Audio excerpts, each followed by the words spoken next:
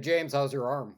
It's sore, but But why is it sore? it's sore because I got shot with the first dose of the Yep, vaccine. yep. Don't want Huh? Kevlar for that. Nah, I can take it. It's just a flesh wound, Kevin. Quite literally, yeah. They inject it right into your Yeah. muscle, which I know because I've also gotten that vax. Heyo. Yeah, so just because I gotta go full hipster and gotta get something that's either before it's cool or after it goes out of style, I actually got the Johnson and Johnson vaccine last month. So that was a one and done shot, and so it's one of those things where I had to wait 2 weeks before I could hit that max efficacy before it was like, okay, now it's reasonable for me to go out and do things. hmm And so I celebrated that by seeing nobody and people too, but I saw the movie Nobody in theaters. And yeah, man, that was the first movie I saw in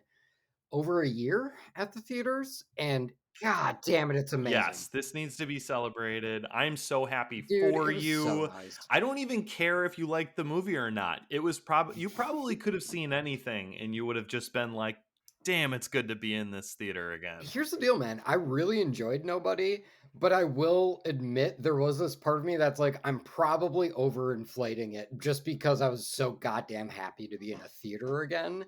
So I do think that Nobody's a really strong movie. And so I would recommend seeing it once, of course, you were fully vaccinated. But in the intermediary, we do have some trailers to talk about, James. What? Yeah, I know, given that that's like our entire show and our entire shtick. But yes, we do. We have to talk about Army of the Dead. We do have to talk about Fast Nine. I think are they just Dude, straight up no, calling it F9 or it's just F9 the Fast Saga. Is that what I think that's what Jesus they're calling Christ? it? It's been so long since I've had a PC. Is F9 saving on a PC? Like if you push F9, that like saves a document. I know what F9 does, or is that refresh? Command S is they should have called it Command S. Listen, if we're already getting rid of the Furious and the Fast, you may as well just completely shake it up. That's James's take. We'll see if it holds steadfast after this theme song. You can't haul your stuff without a trailer hitch. Trailer hitch.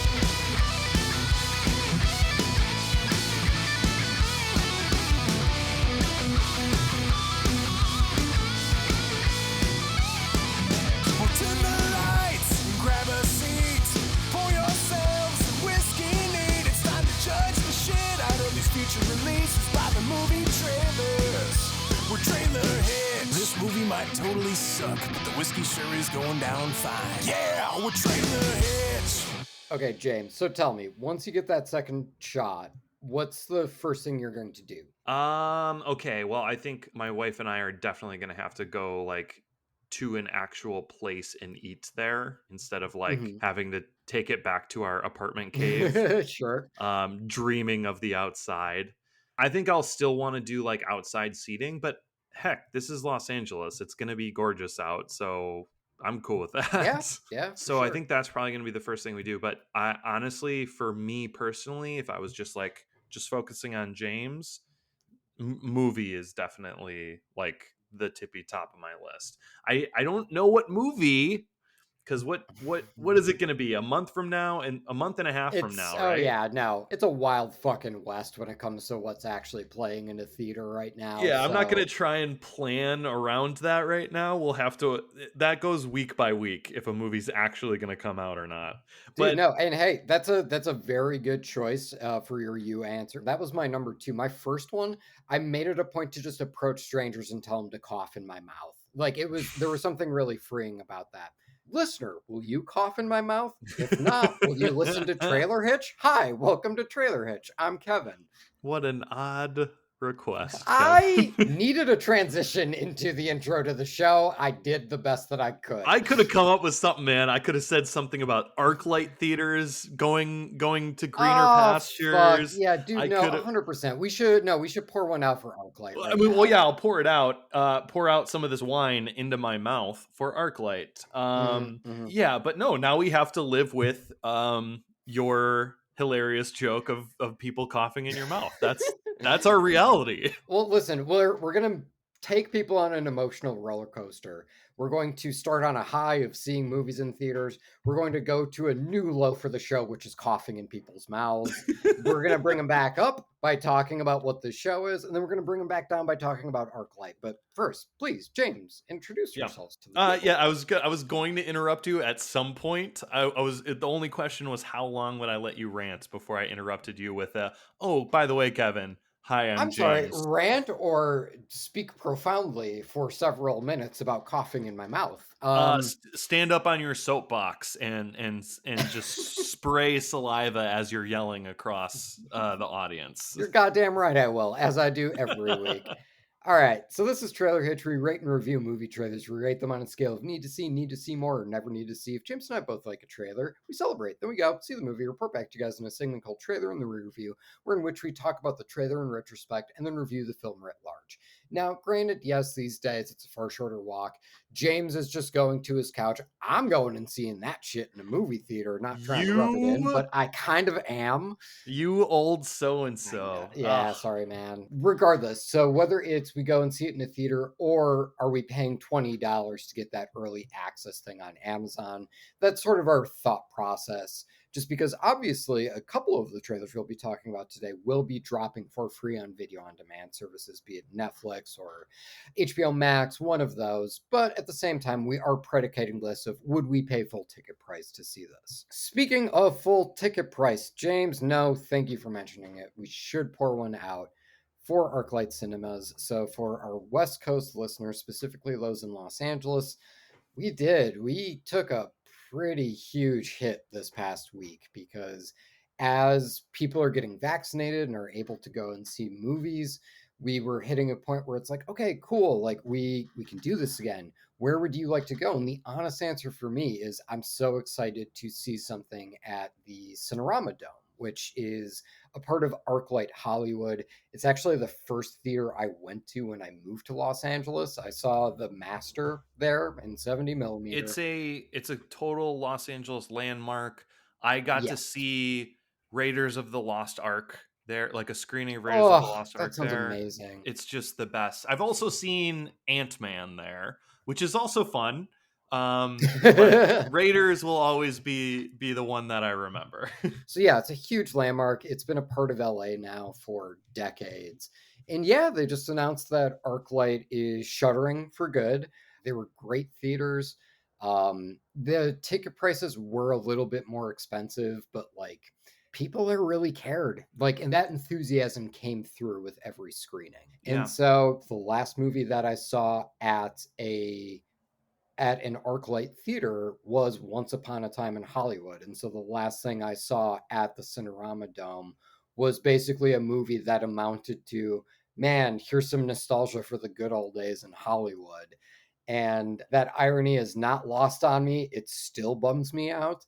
But yes, so to every ArcLight employee who ever, doted on James and I or one of us separately over the course of our, collective 8 years in Los Angeles, thank you so much from the bottom of our hearts. We hope that somehow those theater spaces can live on in some way because they were all fantastic spaces. And I'd like to see someone come in, especially for the Dome, and make something happen with them. I don't think they could do it with every location, but I pitched it would be pretty cool if the Alamo Drafthouse came in for the Dome. Holy shit, that's such a good idea, dude. I would love that, and I've never been to an Alamo Drafthouse before, but I hear great things, and I think that would be very fitting. Yeah. My last ArcLight screening, I believe, was Rise of Skywalker. I think my fourth or fifth time seeing it in a movie theater. Excellent experience for me. So it will be missed. It will be missed. Definitely, yeah. Okay, see, wasn't that so much better than talking about people coughing in your mouth, Kevin? It's about even keel for me. It's one of those things we're talking about coughing. Now that's just a good old time. Now, don't get me wrong, our ArcLight conversation was certainly cathartic, but at the same time, it's a bummer. Anyway, it is a bummer. And where I guess in a scale between how much we like ArcLight and how much you like people spitting in your mouth, where do you think Space Jam: New Legacy will land, Kevin? James, what a profoundly good question. And I'm glad you asked that. Now, for those who listened or for our last episode, you know that James and I came out with an episode like right the fuck before Space Jam 2 came out. And we knew it was going to For happen. We knew it Oh would yeah, happen. no. Yeah, we were basically playing chicken with our air date and Space Jam 1 like just completely trounced us. Yeah, So now here we are. I say it won the game of chicken. Very good, very good. You're already bringing in the Looney Tunes. Keep it up.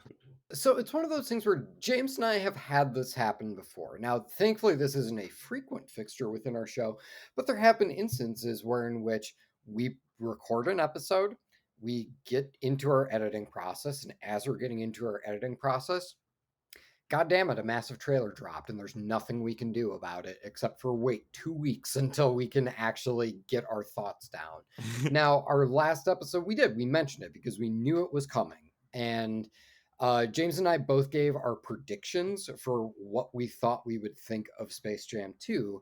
And because this is a thing that does happen on occasion, and because frankly, I don't know about you, James, but I personally had quite a bit of fun coming up with just a fucking opinion, regardless of whether it was correct or not, and then just throwing it out there on the internet. I felt like a Twitter user again for a second. It was nice. I think that this does mandate a new segment. So this is Brake Check. Now, Brake Check is exactly as it sounds. You're driving, and then all of a sudden go, oh, wait a sec, and then you slam on those brakes because, yeah, you forgot something. Whether it be your son at home while you're traveling across the ocean to go to France. That doesn't really work with the car thing, but Home Alone was the first thing that came to mind. Don't worry, James will bail me out right here. I was like, did this happen to you? Like, are we about to dive in some pretty traumatic Kevin stuff? And I'm like, oh, not Trailer Hitch Kevin, but Kevin McAllister. Got it. McAllister, Okay. specifically.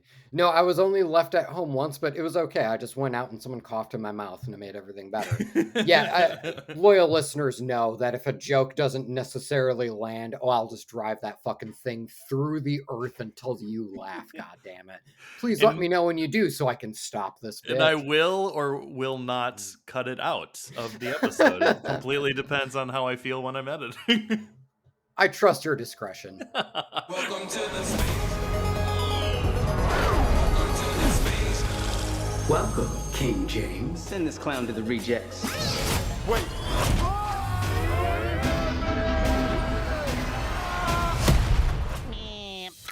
What's up, Doc? Come on and ride, baby, ride. I need to assemble an elite team to help get my son back. I know what you're looking for. So shoot, baby, shoot. A dream team.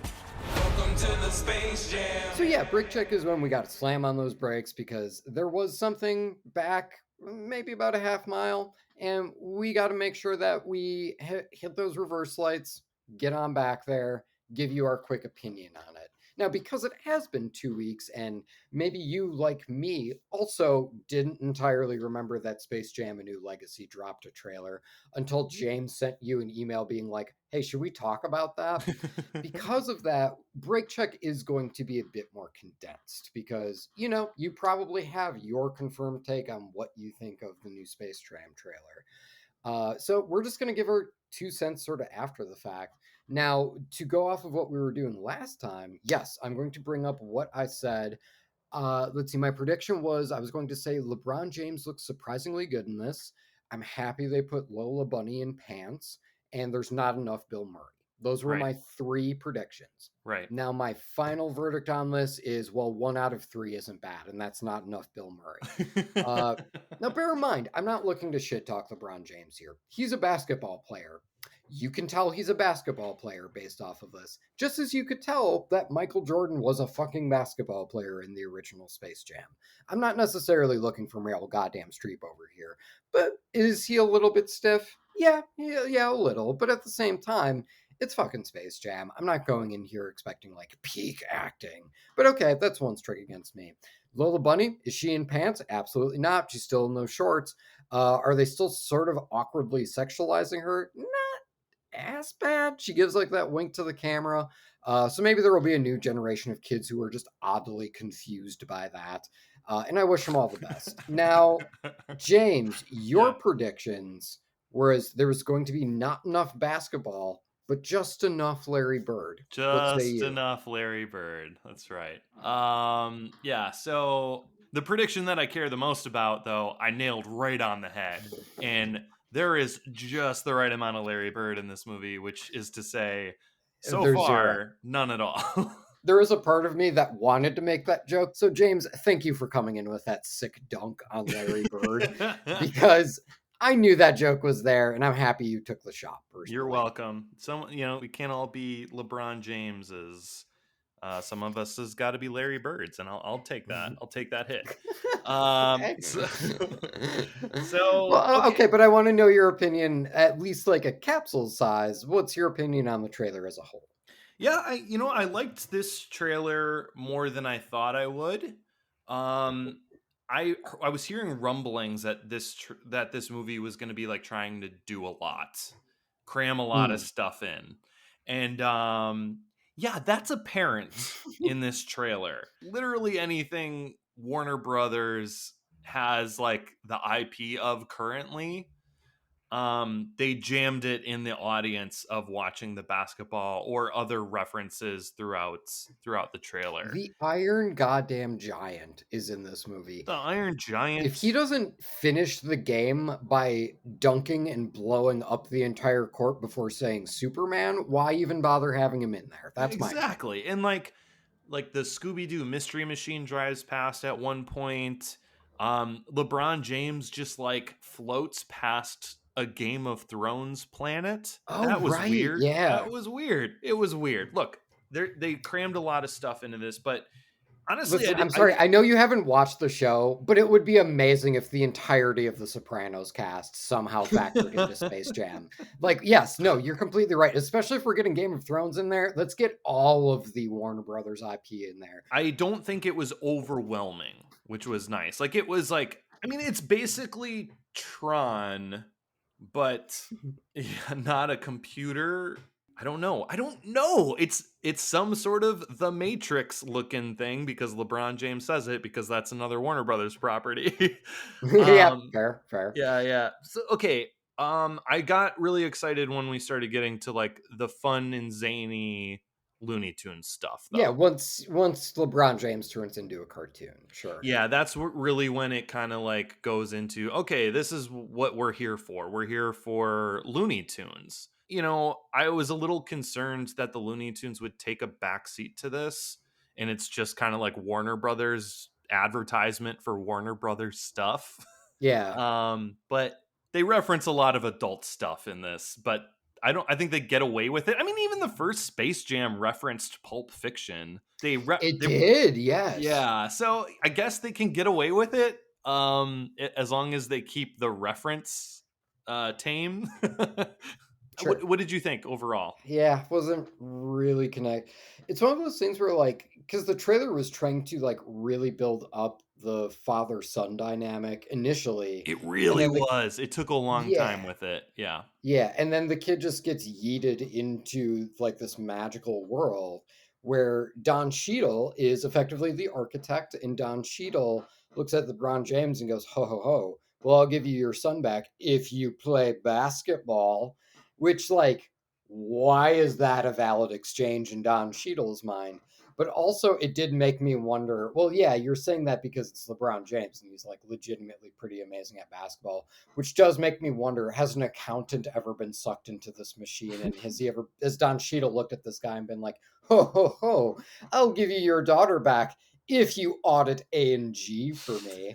Like, what do you get off on this for, Don Cheadle? But anyway, yes, indeed. Then we get sucked into the world, and I agree. Like, it does. Like, once I saw LeBron James kind of do that bit where it's like, oh no, like his legs are kind of shortened because like he landed on them and he's got to, blow on his thumb in order to get his legs to shoot back out. Like, okay, yeah, that feels very Looney Tunes inspired, and that's really great. Mm-hmm. And yeah, the actual Looney Tunes content itself, which ultimately is, I think, a big part of why I would want to come back to a Space Jam property, if you're not giving me Bill Murray.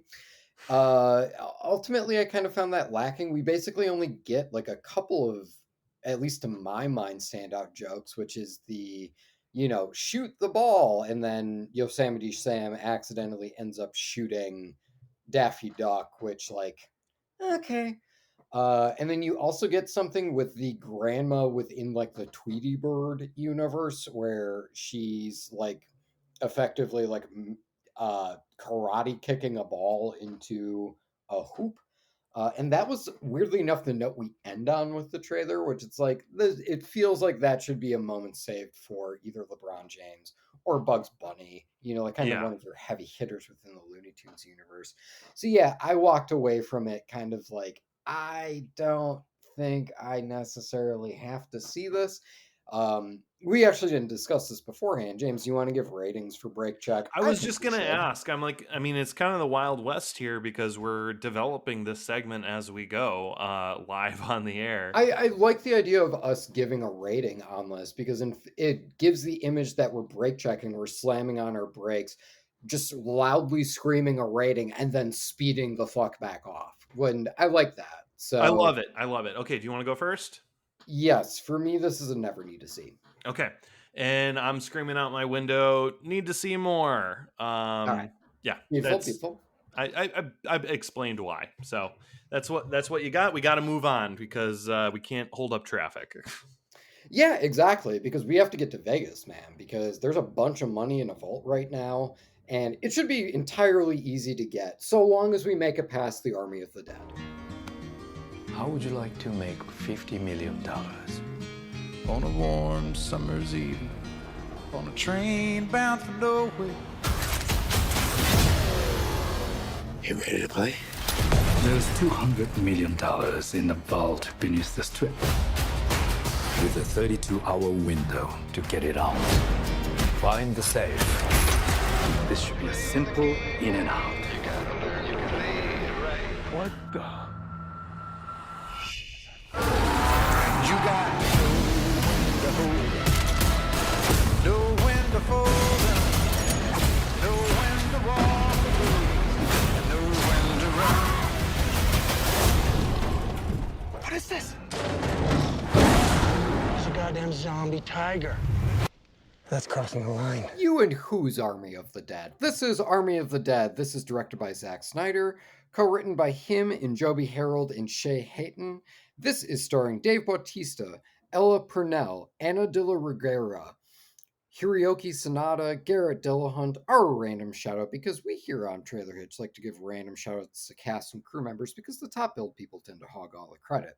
So we are going to give a shout out to Ian Chase, who is the re-recording mixer for Foreign Dialogue. Hey, Ian, thanks for re-recording that mix and getting someone to say brains en français.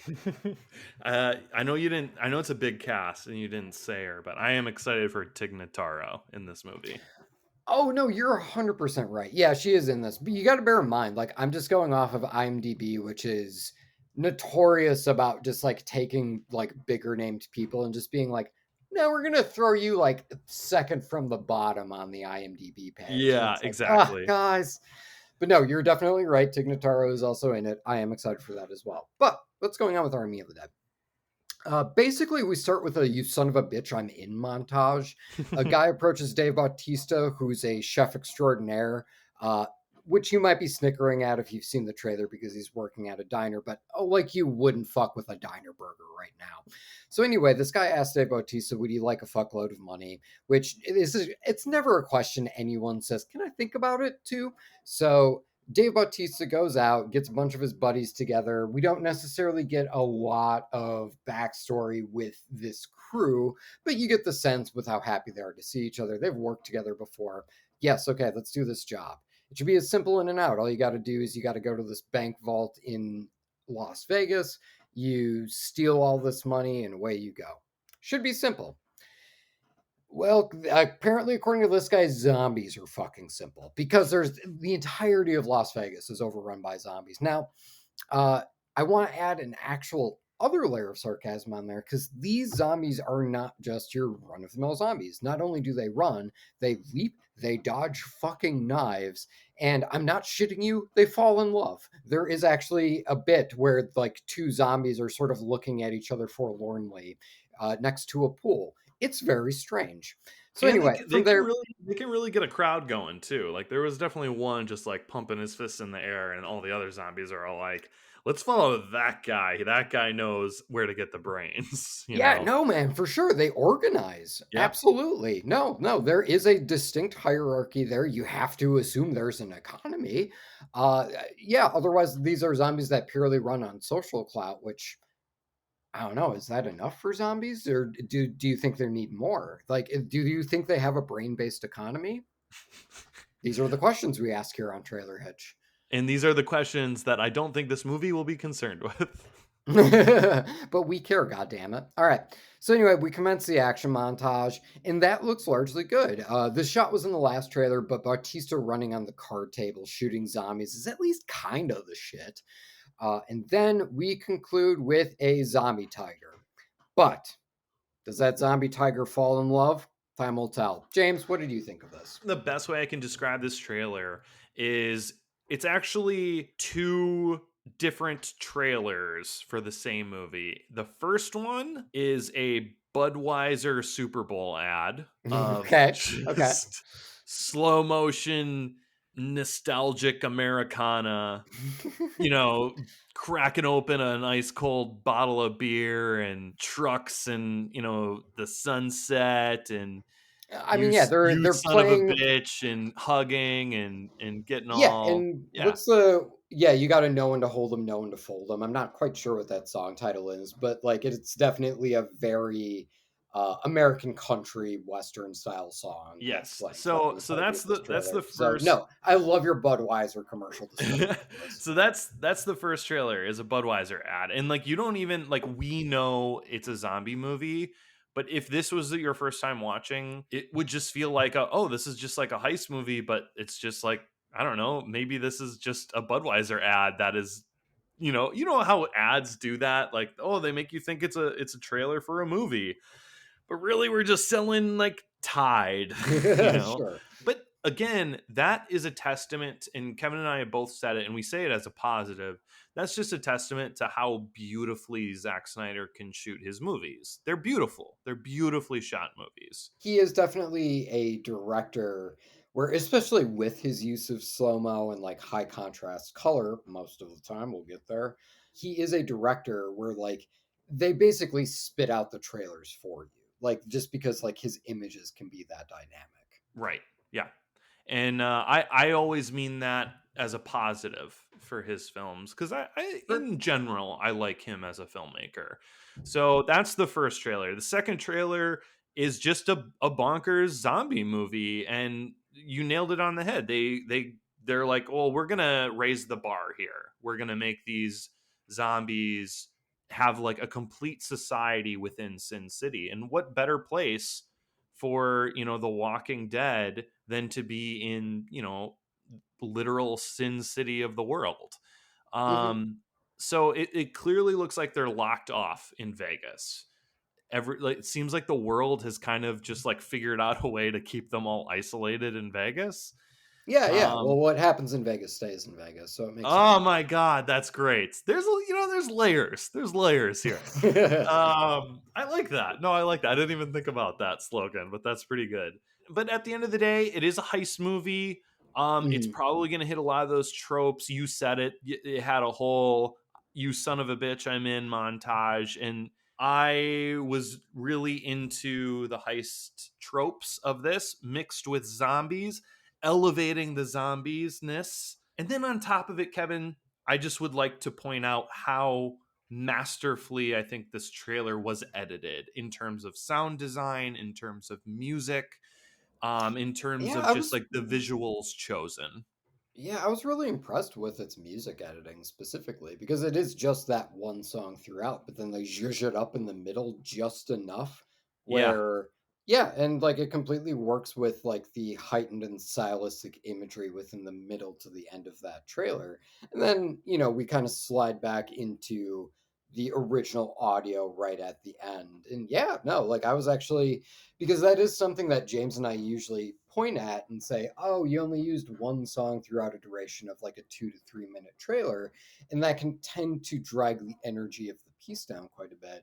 But no, they figured out a way to make it work here. Like Yeah. this honestly really does work. You're right. I think they were able to figure out a way to. I mean, because it is definitely down tempo for that first Budweiser Super Bowl ad part, and then they actually dropped the music out completely for like one or two like dramatic things of them going into Vegas. And there's like Mm, no music at all. Maybe just like ominous, like like that kind of stuff. yeah. And then once they start like running and gunning, that's when they bring No One to Hold 'Em, No One to Fold 'Em back in. But they are like, it's up tempo. It's going with the gunshots. It's going with the slot machines. It's going with the bodies falling and the blood spraying. It's just, it was really really well done. Yeah, Mm. Yeah, no, it is a really effective action montage right there toward the end. yeah. Um, yeah, I will say because this trailer is, I think, at its core, an atmospheric trailer because we don't really get much of any by way of characterization in this. We get just enough of the story to know the context of what's happening. But otherwise, this trailer is 100% prioritizing those images and that sound mix and like presenting them in as stylistic a manner as possible. Hmm. And so the question is ultimately, how do you feel about that atmosphere after you're done with the trailer?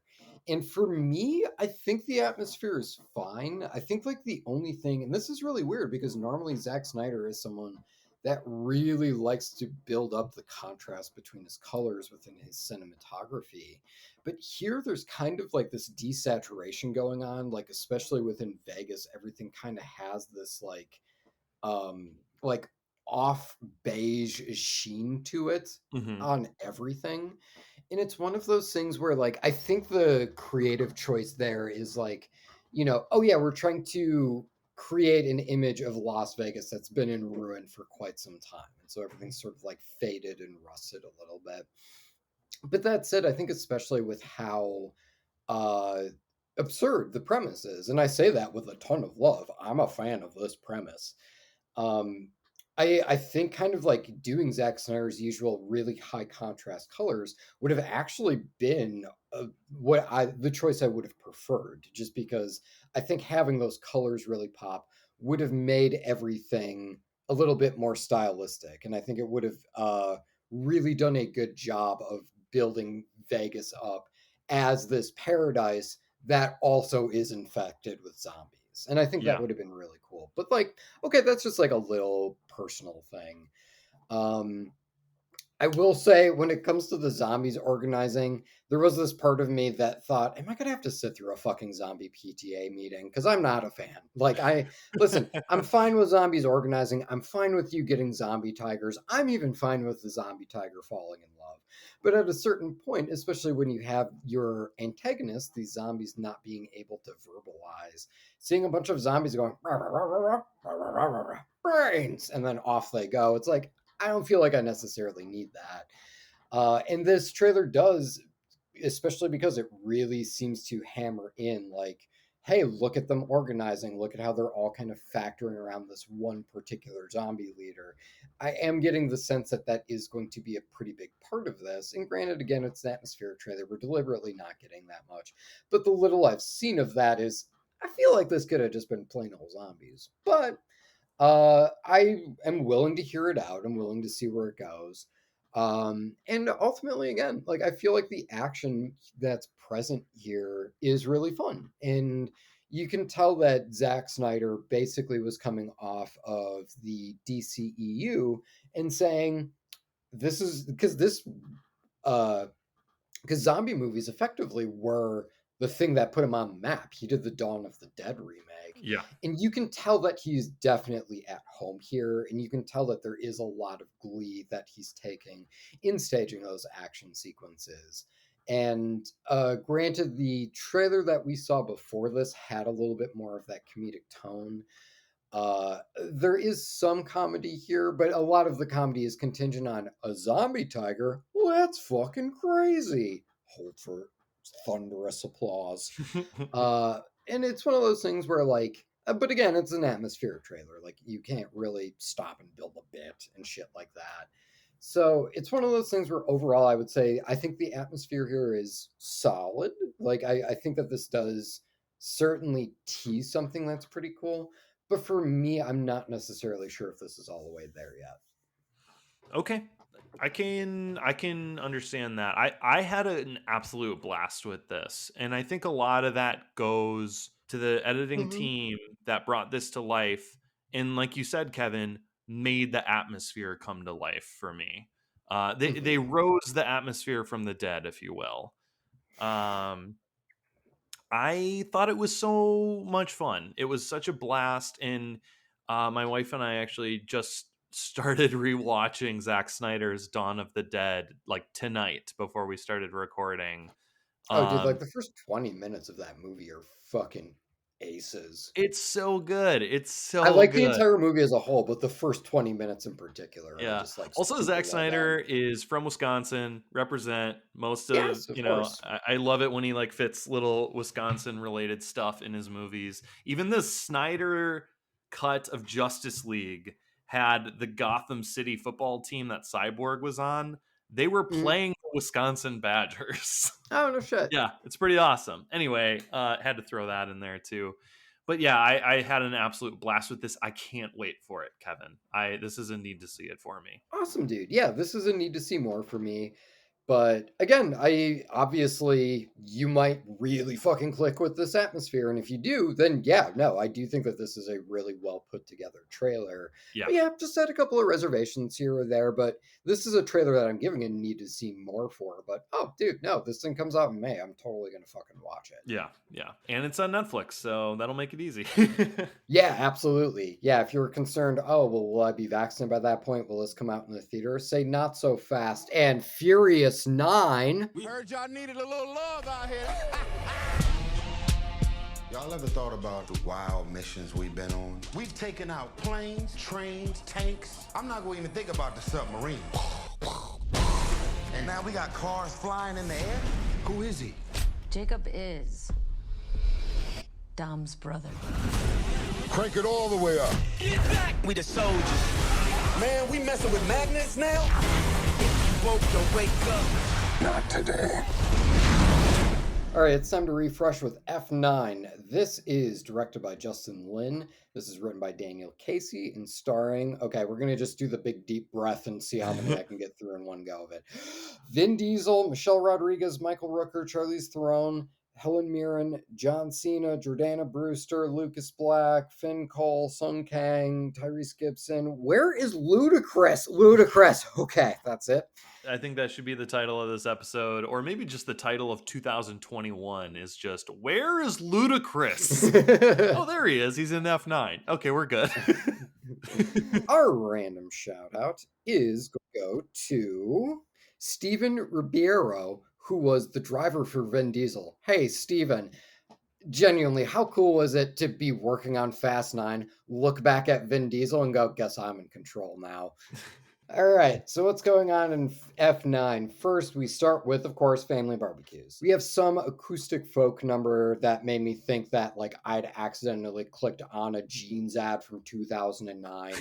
But nope, this is the Fast crew. They're all getting together. They're having Coronas. They're having barbecues. Everything is going good. They spend some time reminiscing together, being like, do you remember that time we did some crazy shit? And they're like, you have to specify. There's been 8 movies before this. And then all of a sudden, something happens. Well, they start to get into a car chase with someone. They're battering a car back and forth, and all of a sudden, the car goddamn flies. A goddamn plane picks this car up, and off it fucks into the sky, leaving our Fast crew to wonder what's going on here. Who could possibly be behind all of this madness and flying cars? And the answer is John Cena, who I know you've already guessed it, folks. Yes, he is Vin Diesel's younger brother. John Cena is Vin Diesel's younger brother, and it appears as if he is upset because Dom Toretto turned his back on family. I know, that's not the Dom I know either, but that's what John Cena says, and that's what the source of the conflict is. And John Cena, well, he's mad. He's hell-bent on getting revenge. He's got an entire private army. What can they possibly do? Our ragtag group of carjackers and street racers. Well, turns out they have goddamn Han. Now, bear in mind, did Han die in 3? Yeah. Did they make that like a really big point of contention throughout the rest of the series? Yeah. But he's back. And you know what? Honestly, at this point, fuck it. Welcome back, Han. So anyway, Han is helping him out, but there's an issue. There's magnets involved. All of a sudden, cars are flying left and right. Turns out Shirley's thrown an 8, which I didn't see. Apparently, she's still around. She's still a thing. She's kind of needling John Cena into being like, are you sure you can kill your brother? And she's still got her goddamn magnets in play. But Kevin, yeah, how did you know it was magnets? Because they make it a point to scream it several times throughout this trailer, James. Anyway, like we get like a little bit of an action montage. Now, toward the end, the only thing I have in my notes, dude, is man, they were really banking on the truck flipping, really pulling this whole trailer together. Because the trailer does spend an inordinate amount of time seeing this truck kind of flip, and then it does complete its flip. But then Vin Diesel, for some reason, is like, nah, man, I got to get in there. So while it's flipping, Vin Diesel is just sort of battering around like a goddamn pinball within this thing. And anyway, we then later see Vin Diesel driving this truck. Charlize Theron has a plane that's coming for him. Vin Diesel says, not today. But then, you know, Charlize Theron shoots missiles at it and it blows up the truck. And so there's this part of you that's like, well, clearly it is today. But it turns out he gets out. And then our button for this trailer is Ludacris and Tyrese Gibson, our comedic duo within the current Fast franchise, sharing some banter. And then they're effectively got the same technology where like they're attached to a plane, but they're in a car and they're flying with cars. So, you know, we're not quite at Top Gun levels, but, you know, we're getting close. James, what do you think? Well, I thought the comedic relief of this trailer was definitely Helen Mirren, but I mean, That's fair. It's one of those things, too, where, like, yeah, I don't know when Helen Mirren came into play in this franchise, but honestly, that's fucking inspired casting. And honestly, dude, with Helen Mirren and you're bringing Han back, there's got to be, like, some part of Gal Gadot that's looking at this trailer going, I don't have a single mixed text from one of you motherfuckers. Like, what? What's the deal? Am I chopped liver? Yeah, so, okay, so what do I think about this trailer? It's long. It's really like long. A little over 3 minutes, yeah, and you feel it. It's almost 3.5 minutes. And that's exactly right, Kevin. You feel the length in this, and that's not a great thing. Look, I like the action in this trailer a lot, and I think these movies do action well. They always have, at least as far as the trailer is concerned. That's going to be my other admission. I'm coming clean, Kevin. Sure. I have given every movie in the Fast and Furious franchise saga I need to see that it. we have done on this show a need to see it. And I haven't seen a single damn one of them. So I am so ridiculously far behind. I think the last Fast and Furious movie I've actually seen is 5. Okay. So we're almost I'm like half behind now, which I don't know when that happened. I blinked and it happened, you know. For what it's worth, man, I've seen 1, I've seen parts of 2, I've seen 5, and I've seen 7. That's as much as my knowledge of Fast and Furious goes. So I'm not that far ahead. I saw 1 and 2. I never saw Tokyo Drift. And then I saw 4 and 5. And 4 and 5 is really when it started being like, oh no, we're just going to be like bonkers crazy now. And like crazy fun action. And these are basically just like superhero movies, but with cars instead of superpowers. Although sometimes they have superpowers. I don't know. Now, having said all that, I've always given these movies need to see it because I think they're really well done trailers. They just make it look like the most fun popcorn movie that you'll see that quarter of the year. It's just going to be that good. And then I never get around to seeing it. And I can't quite put my finger on why I never have. I still don't have an answer for it, but I do know that the 9th movie in the Fast and Furious saga is all of a sudden when I'm starting to feel exhaustion, I think, from it. Yes. And I completely agree with you, man. Is the dialogue getting more stilted or stale? Well, I think the dialogue has hit meme status effectively. It's everything is about family. And while watching this trailer, I definitely had a moment where I was like, he said family. and then didn't retain most of it after and had to watch the trailer again just to be able to pick up on the nuances, which again, Yeah. it's the Fast and Furious franchise. There isn't really a ton of nuance to pick up. So it's one of those things where, like, I don't necessarily blame you because I think if you're looking at the ninth movie, man, and like you've only seen a scattering of these, especially with Fast Nine and throwing, oh yeah, Dom Toretto has a little brother, which even though these characters talk about family all the time, you're just hearing about this for the first time in the ninth installment. Once it comes to this for me, we'd hit a point where Fast and Furious locked into what we know it as today, which is just a bonkers fun action movie. Once we hit with Fast 7, someone drives a car out of a skyscraper in Dubai into another skyscraper in Dubai.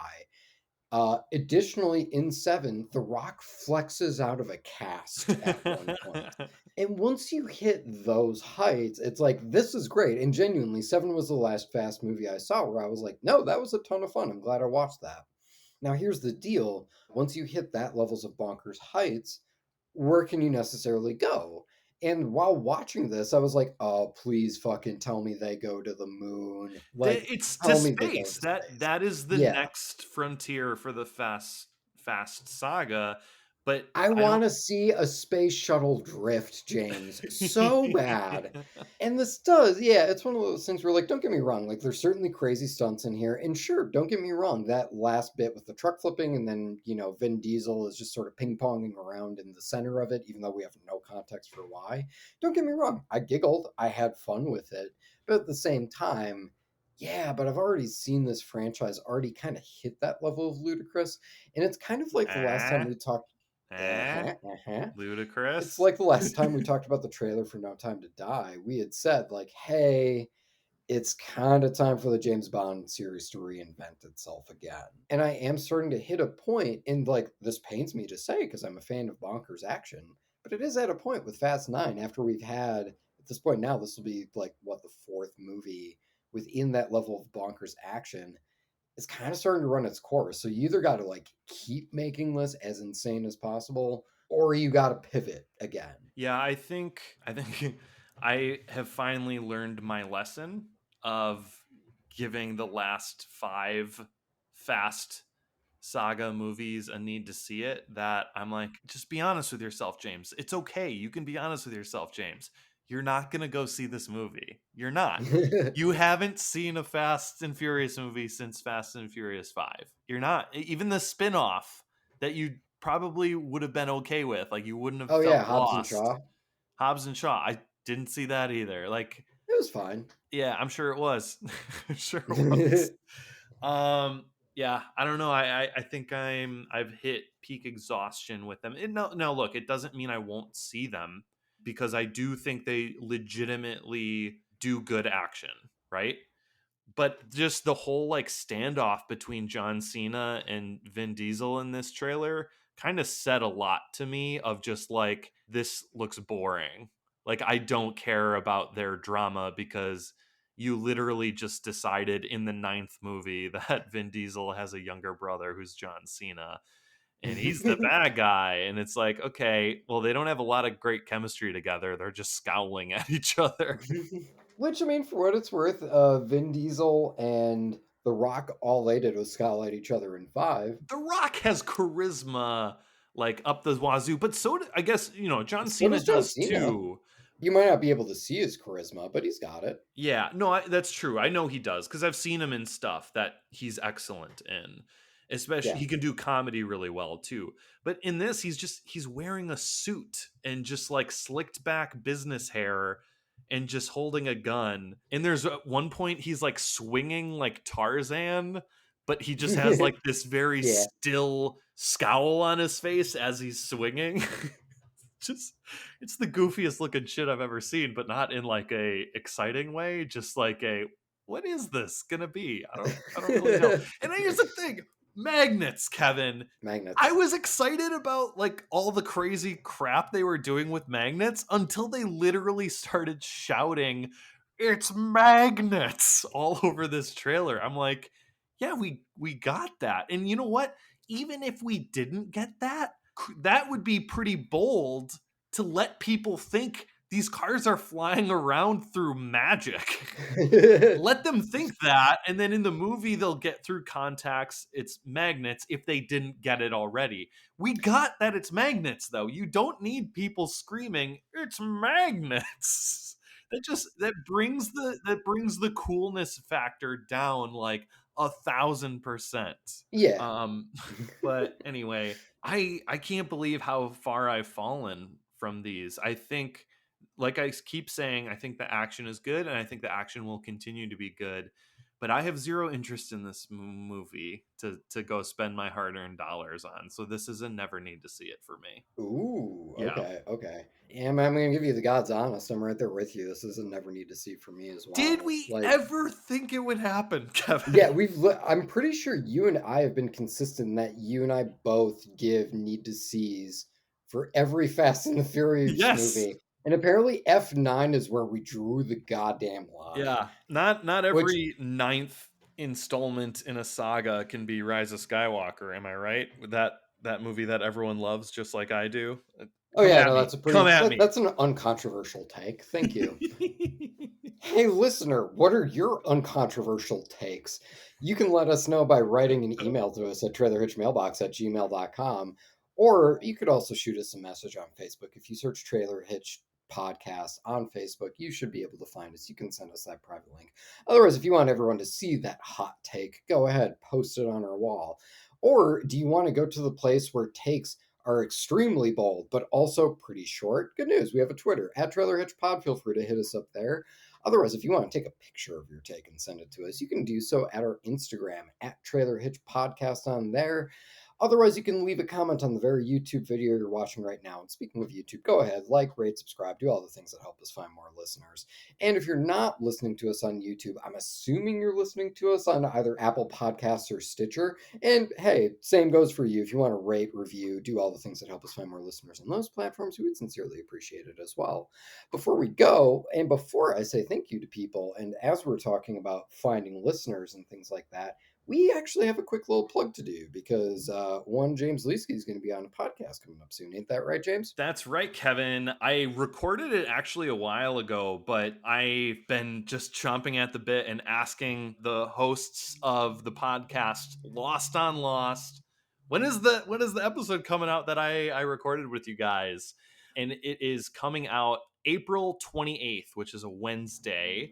You guys, you got to check out Lost on Lost. It is basically a rewatch of the show Lost. But there's something just a little bit unique about this show in that we get lost on Lost because they're doing a complete out of order rewatch of the show. Yeah. So the conceit is they watch the pilot first and then they're going to end with the finale, but everything in between is random order. And I think they have something where it's like, oh, the first 3 seasons of the show are a completely different beast than the last 3 seasons of the show. So I think they like separated it. There is some order to the chaos, but don't get me wrong, it is mostly glorious, glorious chaos. It's really a brilliant concept for a podcast, you guys, because Lost was one of those phenomenons of a show where it was one of those shows where if you missed an episode, it was still during the high of broadcast television where you couldn't just stream something if you missed it. If you missed an episode, you were lost on Lost already. Just one episode behind. So this is really embracing that idea for a show that I honestly really loved from beginning to end. And I'm really excited. I'm not going to tell you guys what episode we watched. I think it'll be fun to be revealed in the episode of Lost on Lost, but definitely check that The out. best way I can describe Lost on Lost, because one of the hosts, Adam Busher, is also a mega fan, and the other host, JP Russell, has never seen a single episode of it. And so really the best way I can describe the show is imagine you're watching Lost with your friend who's super passionate about the show and he really loves it. And then your other friend comes in, sits down, and is like, what the fuck is happening for like the entire time the episode is on. But thankfully, both your friend who's super passionate about the show and your friend who's completely clueless are really funny and intelligent guys and have pretty insightful things to say, not just about Lost as a show, but also TV production as well. And so, yes, highly recommend it. I've been a loyal listener since they premiered a couple months ago. And yes, you guys should get on it, especially if you're looking for a way to start listening. One old James Leesky is going to be on it in just a couple of weeks here. Hey, good old cross promotion synergy. I'm a fan. You know who else likes Synergy? All of our other contributors. We should thank them, James. So before we go, we would like to thank Danny Schmitz from Lost in a Name for the amazing intro that you hear at the top of every episode. We'd like to thank Rachel Ashley for the amazing cover art that you see on our various social medias. You can find her work at Mighty Creations on Instagram. We would like to thank Jenny Hawks, our bad movie and social media correspondent, for her sterling work week in and week out. And we would also like to thank Casey Clowers for the amazing outro, which you will hear momentarily. Pause for thunderous applause, just like a zombie tiger. Trailer Hitch. Vin Diesel. You know, his name is an anagram for I End Lives. Have you ever figured out what your name's an anagram for? Mine, personally? Yeah. I'm Googling it. Anagrams for my name. Your name. Wait, that's actually a thing? Here we go. Okay, this site's way better. So James Leesky, jail seeks me. Ooh, that's good. That's good. Okay, I'm over this. This was fun. I'm done now.